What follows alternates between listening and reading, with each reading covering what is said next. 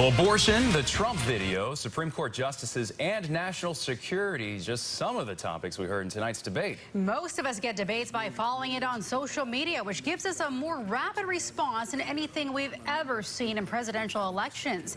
And we're joined tonight by Jim Tobin, president of Ignite Social Media. Jim, thanks for joining us tonight.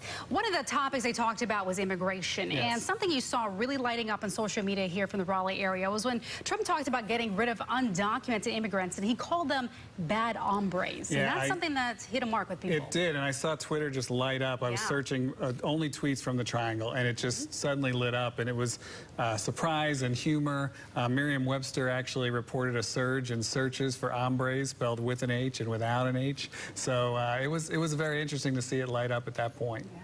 You know, Jim, I'm glad you brought that up because the candidates always want to get a soundbite, but in these debates, it's more of a hashtag that they get brought up. You know, here there was a lot of local politicians and people in the Triangle that were tweeting at us as we were live tweeting, asking for fact-checking. There was some fact-checking going on, but how much of the sharing of that you think was part of the conversation? It was very little, actually. I think what you saw on there, you saw the true believers in each candidate, and you saw a lot of voter fatigue. People saying, thank goodness this is the last debate.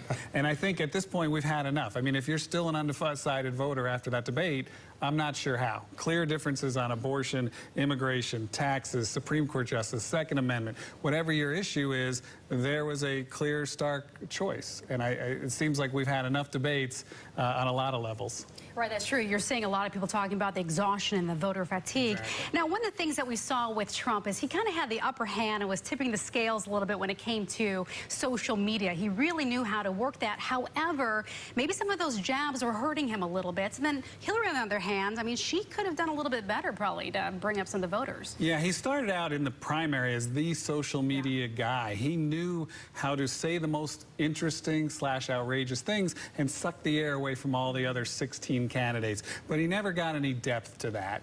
Hillary Clinton, on the other hand, has more tools available to her to connect with voters than any candidate in history, and she's still struggling to do that. So what I think we might see in 2020 is someone who learns from both, using the hyperbole of Donald Trump with a little more depth and connect with voters. It could be a winning combination. Well, how big was multimedia in all this? I mean, we were all watching it on Twitter, live streaming it, keeping up with what's being said. But then after someone would make a pithy remark, all of a sudden you would have the video up or you'd have a GIF up. How much of a component is that to encourage people on your side to share it and sort of spread your message? Yeah, I think GIFs get shared. GIFs and videos get shared about 9 times more often than content without one of those. And so it's a very effective way, particularly if you're trying to turn the candidate you don't support into a caricature, and you can get them with an awkward phrase or an awkward face that they're making. It is an effective way to make that last, not just the moment they say it, but potentially for days afterwards.